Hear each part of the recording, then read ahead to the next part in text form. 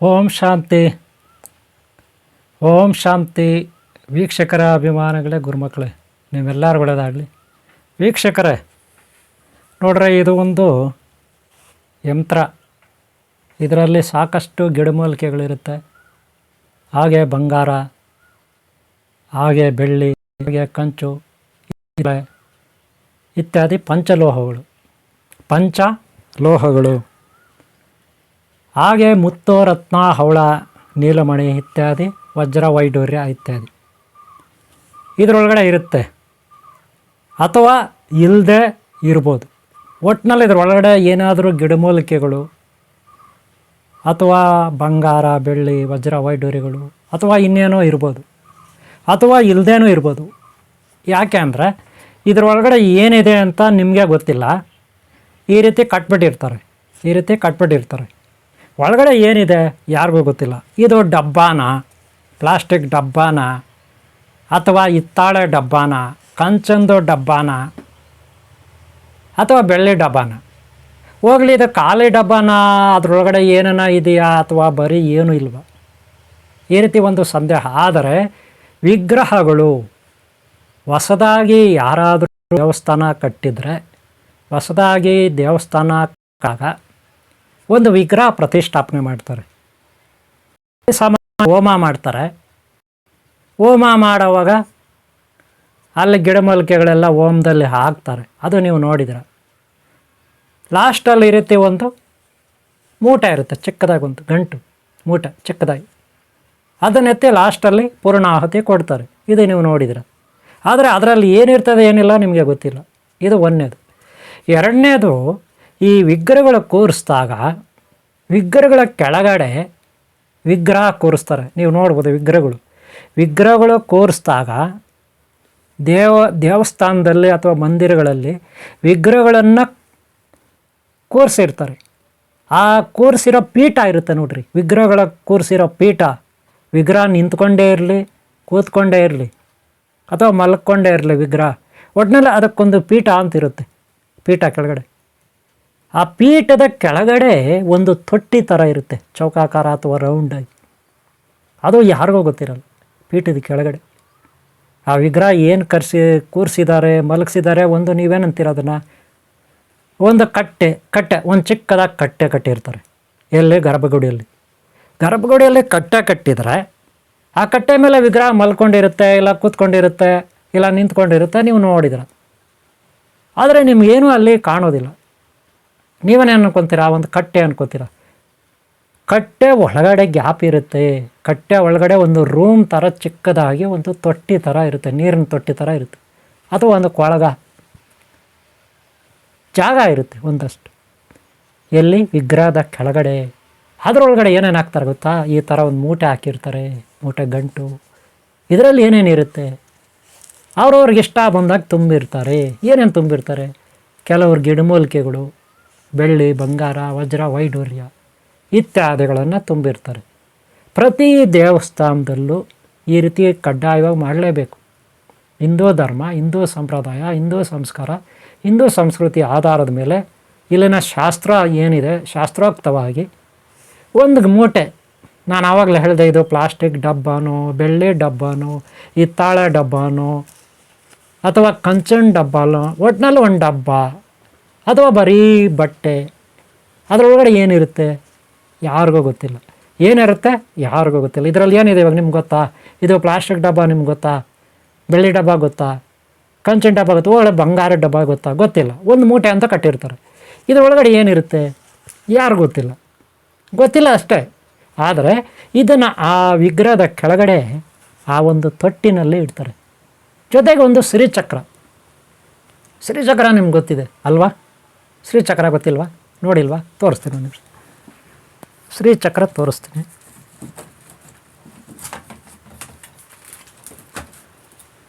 ನೋಡಿ, ಶ್ರೀಚಕ್ರ ಕೆಲವ್ರಿಗೆ ಗೊತ್ತಿದೆ, ಕೆಲವ್ರಿಗೆ ಗೊತ್ತಿಲ್ಲ. ಒಂದು ಶ್ರೀಚಕ್ರನೂ ಆಗಬೇಕು. ಬರೀ ತಗಡಾಗ್ಬೋದು, ಅಥವಾ ಈ ರೀತಿ ಫೋಟೋ ಆಗ್ಬೋದು. ನೋಡಿ, ಬರೀ ತಗಡಾಗ್ಬೋದು ಶ್ರೀಚಕ್ರದ್ದು, ಅಥವಾ ಬರೀ ಫೋಟೋ ಆದರೂ ಆಗ್ಬೋದು. ನೀವು ನೆನ್ಪಿಟ್ಕೊಳ್ಳಿ. ಈ ಥರ ಒಂದು ಮೂಟ ಇರುತ್ತೆ. ಆ ಮೂಟ ಒಳಗೆ ಗಿಡಮೂಲಿಕೆಗಳು, ವಜ್ರ, ವೈಡೂರ್ಯ ಬಂಗಾರ ಬೆಳ್ಳಿ ಪಂಚಲೋಹಗಳು ಇತ್ಯಾದಿ ಧಾನ್ಯಗಳು ಇನ್ನೊಂದು ಮತ್ತೊಂದು ಏನೋ ಒಂದು ಅವರವರು ಶಾಸ್ತ್ರೋಕ್ತವಾಗಿ ಒಬ್ಬೊಬ್ಬ ಗುರುಗಳು ಅವರು ಅವರ ಭಾವನೆ ಆಗ ಅವರ ವಿದ್ಯೆ ಆಗ ಅವರ ಸಾಮರ್ಥ್ಯ ಅವರ ಇಷ್ಟಾನುಸಾರ ಈ ಮೂಟೆಯಲ್ಲಿ ತುಂಬಿರ್ತಾರೆ. ಅದನ್ನು ವಿಗ್ರಹದ ಕೆಳಗಡೆ ಒಂದು ತಗಡಲ್ಲಿ ಏನೋ ಬರೆದಿರ್ತಾರೆ ಅಥವಾ ಈ ರೀತಿ ಒಂದು ಫೋಟೋನೇ ಇಡ್ಬೋದು. ಎಲ್ಲಿ? ವಿಗ್ರಹದ ಕೆಳಗಡೆ. ಎಷ್ಟೋ ಜನಕ್ಕೆ ಗೊತ್ತಿಲ್ಲ ವಿಗ್ರಹದ ಕೆಳಗಡೆ ಏನೇನು ಇಡ್ತಾರೆ ಅಂತ. ಇಷ್ಟೆಲ್ಲ ಇಡಲೇಬೇಕು, ಇನ್ನೂ ಸಾಕಷ್ಟಿದೆ, ಬೇರೆ ಏನೇನೋ ಇದೆ, ಒಂದಲ್ಲ ಎರಡಲ್ಲ ಸಾಕಷ್ಟು. 108 ಗಿಡಮೂಲಿಕೆಗಳು ಅದಕ್ಕಿಂತ ಮೇಲೆ ಇರ್ತದೆ. ಅದೆಲ್ಲ ಏನು ಅಂತ ನಾವಿವತ್ತು ನಾನು ನಿಮಗೆ ಬಿಡಿಯಾಗಿ ಒಂದೊಂದು ತೋರಿಸ್ತೀನಿ ಈ ವಿಡಿಯೋನಲ್ಲಿ. ವಿಗ್ರಹದ ಕೆಳಗಡೆ 108 ಗಿಡಮೂಲಿಕೆಗಳಿಗಿಂತ ಅಧಿಕವಾಗಿ ಸಾಕಷ್ಟು ಇಡ್ತಾರೆ, ಏನೇನೋ ಇಡ್ತಾರೆ ವಿಗ್ರಹದ ಕೆಳಗಡೆ.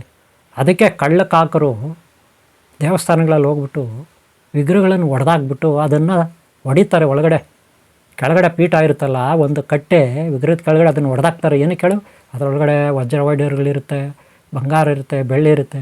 ಈ ದಾನಿಗಳು ಭಕ್ತರು ಇರ್ತಾರಲ್ಲ, ಭಕ್ತರು ಅವರೆಲ್ಲ ಕೊಟ್ಟಿರ್ತಾರೆ ಒಂದಷ್ಟು ಬಂಗಾರ ಬೆಳ್ಳಿ ಎಲ್ಲ ವಜ್ರ ವೈಢೂರ್ಯ. ಏನಕ್ಕೆ ಹೇಳು? ವಿಗ್ರಹದ ಕೆಳಗಡೆ ಹಾಕಲಿ ಅಂದ್ಬಿಟ್ಟು. ಅವರವರ ಸಾಮರ್ಥ್ಯಕ್ಕೆ ತಕ್ಕಂತೆ ಬಡವರು ಇರ್ಬೋದು, ಶ್ರೀಮಂತರು ಇರ್ಬೋದು, ಅವ್ರವ್ರ ಸಾಮರ್ಥ್ಯಕ್ಕೆ ತಕ್ಕಂತೆಗೆ ಈಗ ಒಂದು ಮೂಗುನತ್ತು, ಒಂದು ಕಾಲು ಚೈನು, ಒಂದು ನಕ್ಲೆಸ್ಸು, ಒಂದು ಬಾಳೆ, ಒಂದು ಕಾಡಗ, ಹಿಂಗೆ ಅವ್ರವ್ರ ಸಾಮರ್ಥ್ಯಕ್ಕಂಗೆ ದಾನ ಮಾಡಿರ್ತಾರೆ. ಅದನ್ನೆಲ್ಲ ವಿಗ್ರಹದ ಕೆಳಗಡೆ ಇಟ್ಟಿರ್ತಾರೆ. ಅದಕ್ಕೆ ಕಳ್ಳಕಾಕರು ಅದನ್ನು ಹೊಡೆಯೋದು ದೋಚಕ್ಕೆ.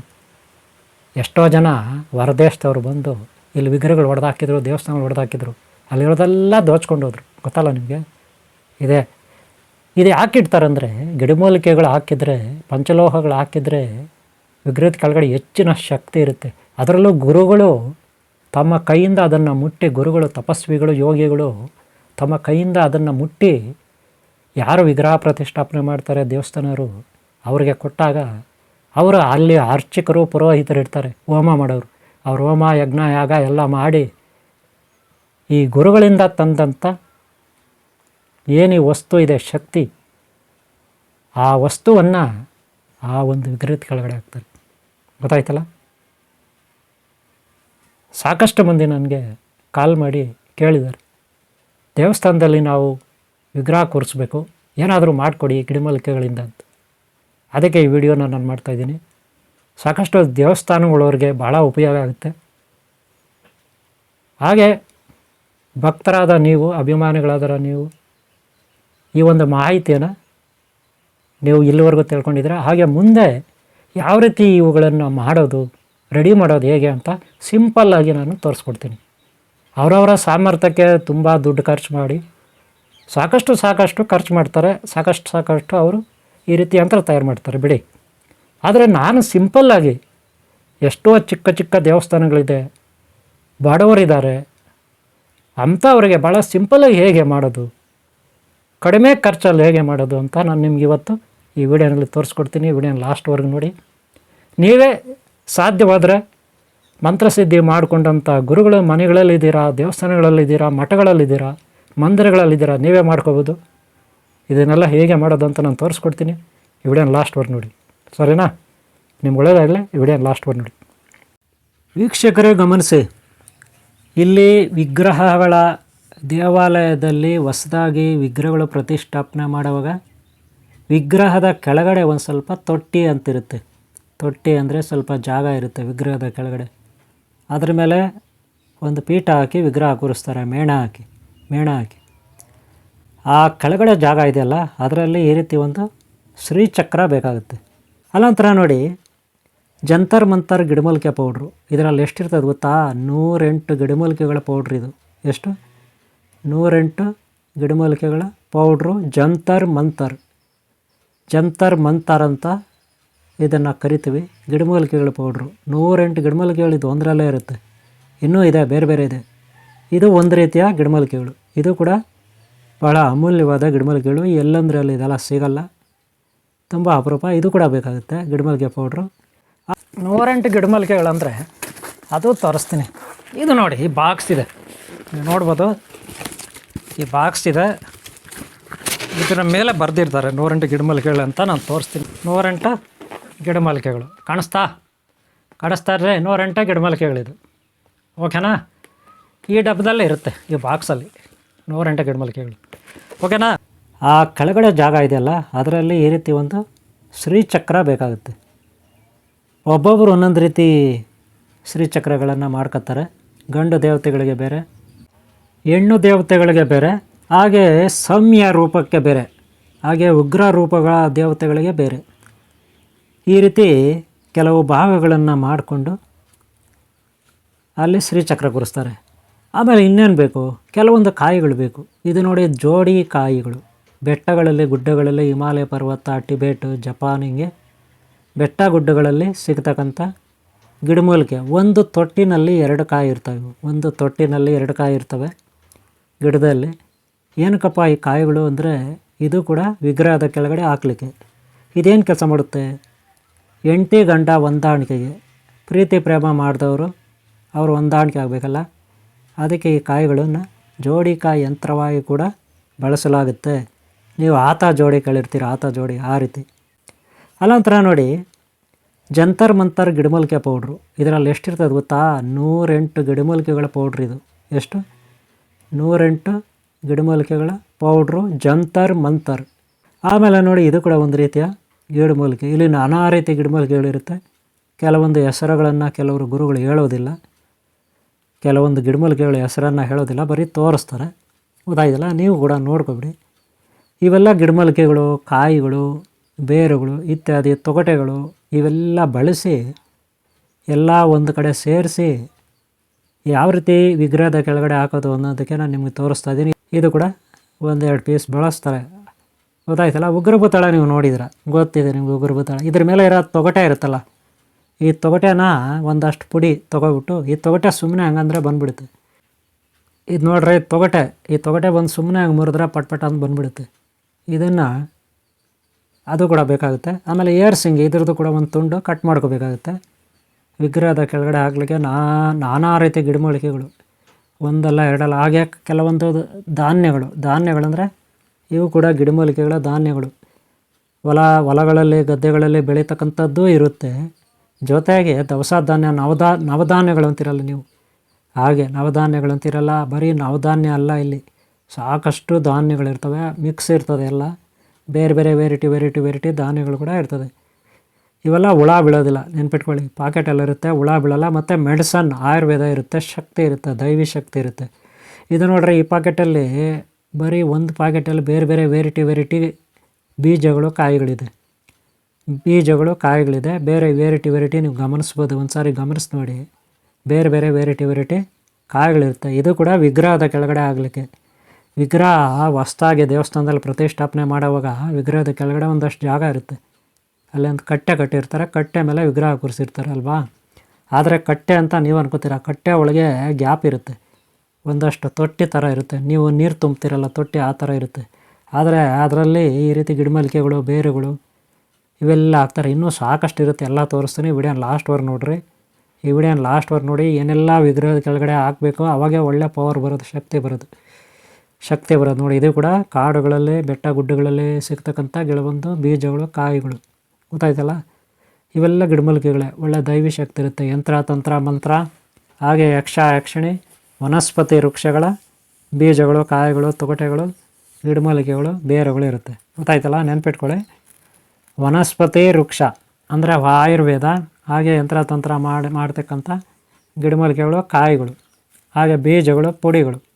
ಇವೆಲ್ಲ ಸಣ್ಣ ಬೀಜಗಳು ಇರುತ್ತೆ, ಕಾಯಿಗಳಿರುತ್ತೆ, ಕಾಳುಗಳು ಇರುತ್ತೆ. ಓಕೆನಾ? ನಾನಾ ರೀತಿಯ, ಒಂದಲ್ಲ ಎರಡಲ್ಲ, ನೀವು ನೋಡ್ಬೋದು, ಸಾಕಷ್ಟು ರೀ. ಒಂದಲ್ಲ ಎರಡಲ್ಲ, 10 ಅಲ್ಲ 20 ಅಲ್ಲ, 100 ಇರ್ತವೆ. ಅರ್ಥ ಇದೆಯಲ್ಲ? ನಾವು ಎಷ್ಟು ಶುದ್ಧವಾಗಿ ಎಂತೆಂಥ ಬೆಲೆ ಬಾಳ್ತಕ್ಕಂಥ ಗಿಡಮೂಲಿಕೆಗಳು, ಬೀಜಗಳು, ಕಾಯಿಗಳು, ಬೇರುಗಳನ್ನು ಬಳಸ್ತೀರಿ, ಅಷ್ಟು ದೈವಿ ಶಕ್ತಿ ಇರುತ್ತೆ ಅಲ್ಲಿ. ಎಲ್ಲರಿಗೂ ಒಳ್ಳೆಯದಾಗುತ್ತೆ ಅದರಿಂದ.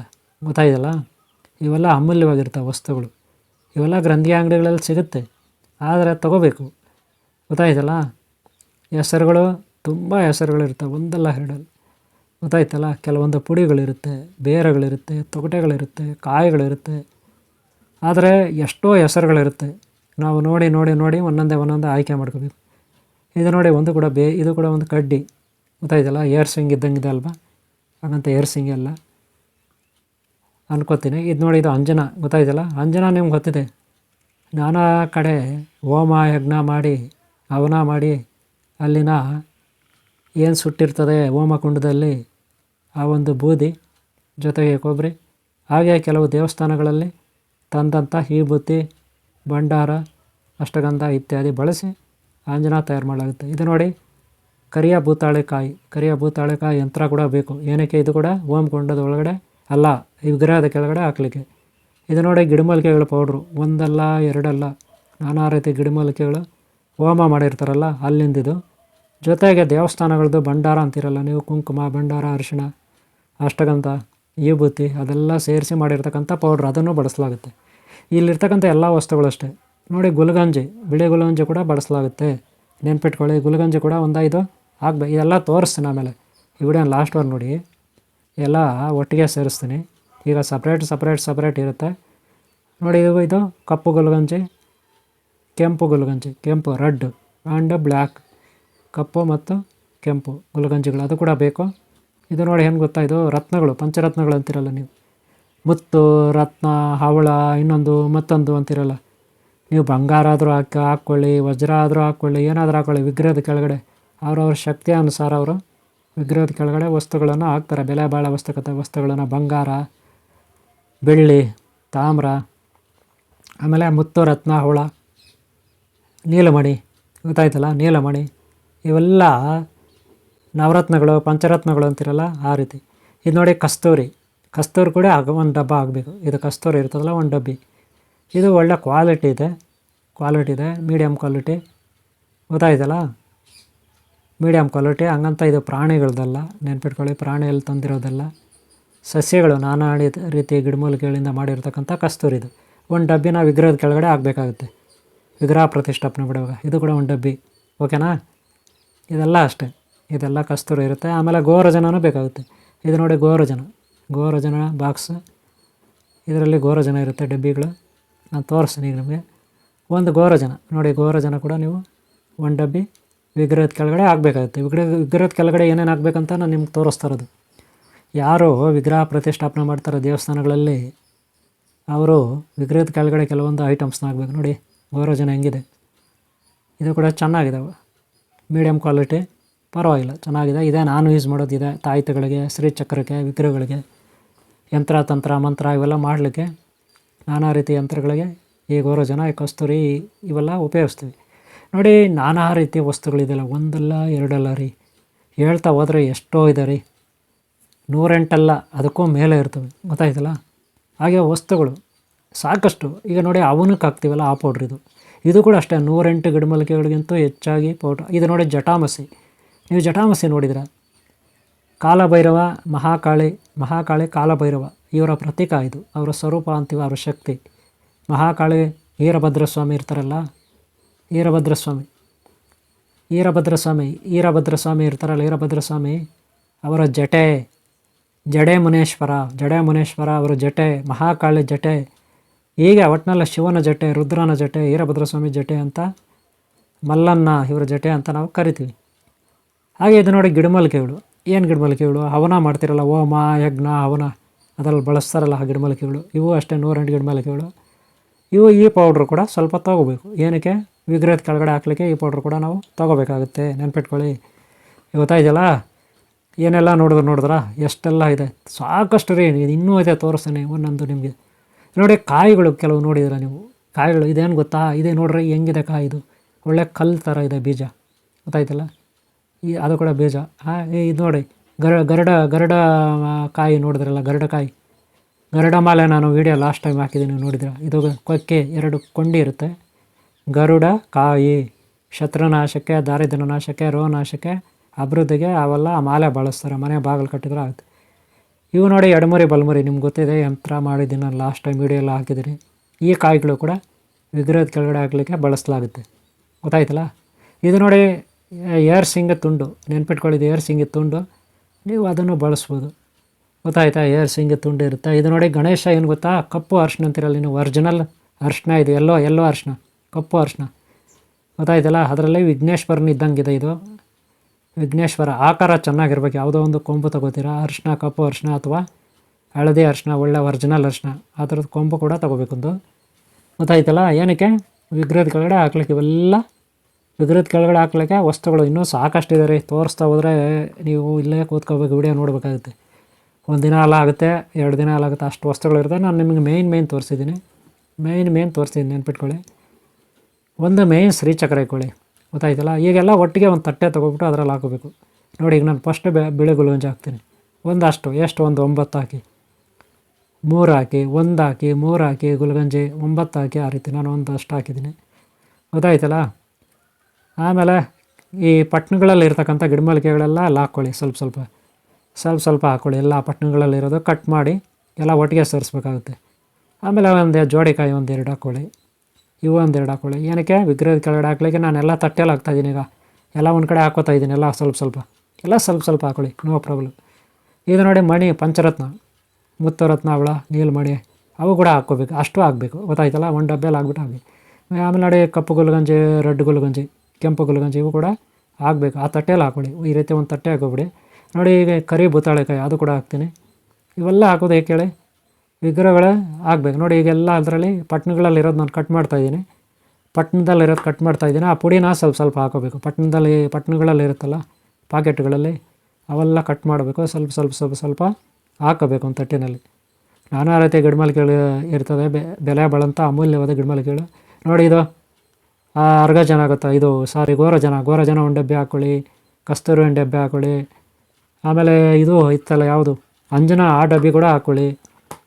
ನೋಡಿ, ಅವೆಲ್ಲ ಒಟ್ಟಿಗೆ ಸೇರಿಸ್ಬಿಟ್ಟು ಒಂದು ಬಾಕ್ಸಲ್ಲಿ ಹಾಕ್ಕೊಳ್ಳಿ. ಎಲ್ಲ ಒಟ್ಟಿಗೆ ಆದಮೇಲೆ ಅಲ್ಲಿರೋದೆಲ್ಲ ಸಾಂಪಲ್ ಒಂದೊಂದು ತೊಗೊಂಡು ಆಮೇಲೆ ಶ್ರೀಚಕ್ರ ತೊಗೊಳ್ಳಿ. ಈ ಥರ ಬಾಕ್ಸ್ ತೊಗೊಳ್ಳಿ. ಆ ಬಾಕ್ಸಲ್ಲಿ ಒಟ್ಟಿಗೆ ಹಾಕ್ಕೊಳ್ಳಿ. ನೋಡಿ, ಆಗೋಯ್ತು. ಈ ಬಾಕ್ಸ್ನ ಈಗ ಪ್ಲಾಸ್ಟಿಕ್ ಬಾಕ್ಸ್ನ ಮುಚ್ಚಳ ಹಾಕ್ಬಿಟ್ಟು ಒಂದು ಯೆಲ್ಲೋ ಕಲರ್ ಬಟ್ಟೆನಲ್ಲಿ ಕಟ್ಬಿಟ್ಟು ವಿಗ್ರಹ ಕೆಳಗಡೆ ಇಡೋದು. ಇಷ್ಟು ಅಷ್ಟೇ, ಅಲ್ಲಿಗೆ ಮುಗೀತು, ಕಂಪ್ಲೀಟ್ ಆಯ್ತು ಪ್ರೋಸೆಸ್. ಗೊತ್ತಾಯ್ತಲ್ಲ ವೀಕ್ಷಕರೇ? ನೀವು ನೋಡಿದ್ರಲ್ಲ ಹೇಗೆ ಹೊಸದಾಗಿ ದೇವಸ್ಥಾನ ಕಟ್ಟಿದಾಗ ವಿಗ್ರಹಗಳ ಕೆಳಗಡೆ, ಹೊಸದಾಗಿ ಯಾರಾದರೂ ದೇವಸ್ಥಾನ ಕಟ್ಟಿದರೆ, ಮಠ ಮಂದಿರ ಕಟ್ಟಿದರೆ ಅಲ್ಲಿ ವಿಗ್ರಹಗಳಿರುತ್ತೆ. ವಿಗ್ರಹಗಳ ಕೆಳಗಡೆ ಈ ರೀತಿ ಯಂತ್ರಗಳನ್ನು ರೆಡಿ ಮಾಡ್ಕೋಬೇಕಾಗುತ್ತೆ. ಗಿಡಮೂಲಿಕೆಗಳಿಂದ ವಜ್ರ, ವೈಡೂರ್ಯ, ಬಂಗಾರ, ಬೆಳ್ಳಿ, ಹಿತ್ತಾಳೆ, ಕಂಚು ಇತ್ಯಾದಿ ಹಾಗೂ ಗಿಡಮೂಲಿಕೆಗಳಿಂದ ಯಂತ್ರಗಳನ್ನು ರೆಡಿ ಮಾಡ್ಕೋಬೇಕಾಗ್ತದೆ ವಿಗ್ರಹದ ಕೆಳಗಡೆ ಹಾಕಲಿಕ್ಕೆ. ಗೊತ್ತಾಯ್ತಲ್ಲ? ಅದನ್ನು ಮಾಡಿಕೊಂಡು ಪುರೋಹಿತರಿರ್ತಾರೆ, ಗುರುಗಳಿರ್ತಾರೆ, ಅವರಲ್ಲಿ ಹೋಮ ಯಜ್ಞ ಮಾಡಿ ವಿಗ್ರಹದ ಕೆಳಗಡೆ ಈ ಒಂದು ಯಂತ್ರಗಳನ್ನು ಇಡ್ತಾರೆ. ಗೊತ್ತಾಯ್ತಲ್ಲ? ಇದು ತಂತ್ರಶಾಸ್ತ್ರ, ಶಾಸ್ತ್ರೋಕ್ತವಾಗಿ ಆಯಾ ಧರ್ಮದವ್ರು ಅವ್ರು ಮಾಡ್ಕೋತಾರೆ. ಗೊತ್ತಾಯ್ತಲ್ಲ? ಎಷ್ಟು ಈ ಒಂದು ವಿಡಿಯೋನಲ್ಲಿ ನಿಮಗೆ ಮಾಹಿತಿ ಇರುತ್ತೆ. ಇದರಲ್ಲಿ ಏನೇನಿರುತ್ತೆ ಅಂತ ನೀವು ನೋಡಿದ್ರೆ, ಬೆಳ್ಳಿ, ಬಂಗಾರ, ವಜ್ರ, ವೈಡೂರ್ಯ, ಹಾಗೆ ಒಂದು ಶ್ರೀಚಕ್ರ, ಹೆಣ್ಣು ದೇವತೆ ಇರ್ಬೋದು, ಗಂಡು ದೇವತೆ ಇರ್ಬೋದು, ಅವರವರ ಶಕ್ತಿ ಸಾಮರ್ಥ್ಯಕ್ಕೆ, ದೇವತೆಗಳ ಶಕ್ತಿ ಸಾಮರ್ಥ್ಯಕ್ಕೆ ತಕ್ಕಂತೆ ಯಂತ್ರಗಳನ್ನು ರೆಡಿ ಮಾಡ್ತಾರೆ. ಇದರಲ್ಲಿ ತುಂಬ್ತಾರೆ ಅವ್ರ ಶಕ್ತಿಯನ್ನು. ಹಾಗೆ ಇದರಲ್ಲಿ ಗಿಡಮೂಲಿಕೆಗಳು, ಹಾಗೆ ವಜ್ರ, ವೈಡೂರ್ಯ, ಕಂಚು, ಹಿತ್ತಾಳೆ ಇತ್ಯಾದಿನೆಲ್ಲ ಹಾಕಿರ್ತಾರೆ. ಗೊತ್ತಾಯ್ತಲ್ಲ? ಇದು ಇಷ್ಟು ಈ ವಿಡಿಯೋನಲ್ಲಿ ಒಂದು ಮಾಹಿತಿ. ಗೊತ್ತಾಯ್ತಲ್ಲ? ವಿಗ್ರಹದ ಕೆಳಗಡೆ ಒಂದು ಚಿಕ್ಕದಾಗಿ ಗ್ಯಾಪ್ ಇರುತ್ತೆ, ತೊಟ್ಟಿ ಇರುತ್ತೆ, ಅದರಲ್ಲಿ ಇವುಗಳನ್ನು ಇಟ್ಟಿರ್ತಾರೆ. ಗೊತ್ತಾಯ್ತಲ್ಲ? ಇದೊಂದು ಮಾಹಿತಿ ನಿಮ್ಗೆ ಗೊತ್ತಿದೆ ಅಲ್ವಾ? ನೋಡಿರ್ತೀರ. ಹಾಗೆ ಇಲ್ಲಿ ಒಂದು ಮಾಹಿತಿಯನ್ನು ನೀವು ತಿಳ್ಕೊಂಡಿದ್ದೀರಾ ಅಂತ ಅಂದ್ಕೋತೀನಿ. ಈ ವಿಡಿಯೋ ಎಷ್ಟಾದರೆ ಒಂದು ಲೈಕ್ ಮಾಡಿ, ಹಾಗೆ ಸಬ್ಸ್ಕ್ರೈಬ್ ಹಾಕ್ಕೊಳ್ಳಿ. ಏನಾದರೂ ಬೇಕಾದರೆ ನನ್ನ ನಂಬರ್ ಇದೆ, ಕಾಲ್ ಮಾಡಿ. ನಾನು ನಿಮಗೆ ಪೋಸ್ಟಲ್ಲಿ ಕಳಿಸ್ಕೊಡ್ತೀನಿ. 2 ಸಾರಿ ಮಿಸ್ ಕಾಲ್ ಕೊಡಿ. ಕೆಲವರು ಅನಾವಶ್ಯಕವಾಗಿ ಕಾಲ್ ಮಾಡ್ತಾರೆ ಪದೇ ಹಂಗೆ ಮಾಡಬೇಡಿ. 2 ಸಾರಿ ಮಿಸ್ ಕಾಲ್ ಕೊಡಿ. ನಾನು ಡೈಲಿ ಬೆಳಗ್ಗೆ 11 ಗಂಟೆ ಮೇಲೆ ಸಿಗ್ತೀನಿ. ರಾತ್ರಿ 10:00ವರೆವರೆಗೂ ಸಿಗ್ತೀನಿ. 2 ಸಾರಿ ಮಿಸ್ ಕಾಲ್ ಕೊಟ್ಟರೆ ಮತ್ತೆ ನಾನು ರಿಟರ್ನ್ ಮಾಡ್ತೀನಿ. ಬೇಕಾದರೆ ನಿಮಗೆ ಪೋಸ್ಟಲ್ಲಿ ನಾನು ಸಾಕಷ್ಟು ವೀಡಿಯೋಗಳಿದೆ, ಇಲ್ಲಿ ವಸ್ತುಗಳಿದೆ, ಯಂತ್ರ ತಂತ್ರಗಳು, ಅವೆಲ್ಲ ವೀಡಿಯೋ ನೀವು ನೋಡಿರ್ತೀರ, ಕಳಿಸ್ಕೊಡ್ತೀನಿ ನಾನು ನಿಮ್ಮ ಪೋಸ್ಟಲ್ಲಿ. ಓಕೆನಾ? ನಿಮಗೆಲ್ಲರಿಗೂ ಒಳ್ಳೆಯದಾಗಲಿ. ವೀಡಿಯೋ ಇಷ್ಟ ಆದರೆ ಒಂದು ಲೈಕ್ ಮಾಡೋದು ಮರಿಬೇಡಿ. ಓಕೆನಾ? ಒಳ್ಳೆಯದಾಗಲಿ ನಿಮಗೆ. ಓಂ ಶಾಂತಿ.